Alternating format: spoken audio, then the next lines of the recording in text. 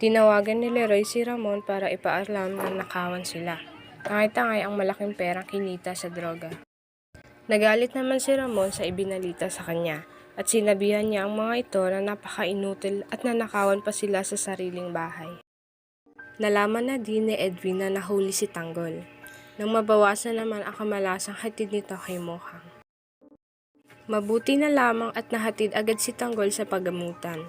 Kaya ito nakaligtas, pero ang hindi matatakasan ay ang tuluyan na siyang makukulong. Umaasa si Tess na payagan pa din sila makapagpiyansa si Tanggol sa kulungan dahil ayaw din naman nila na habang buhay na lang makulong si Tanggol sa bilangguan.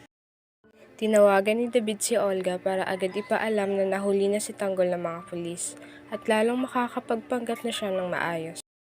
Si Olga naman ay sisiguraduhin na hindi na makakalabas si Tanggol ng buhay sa kulungan.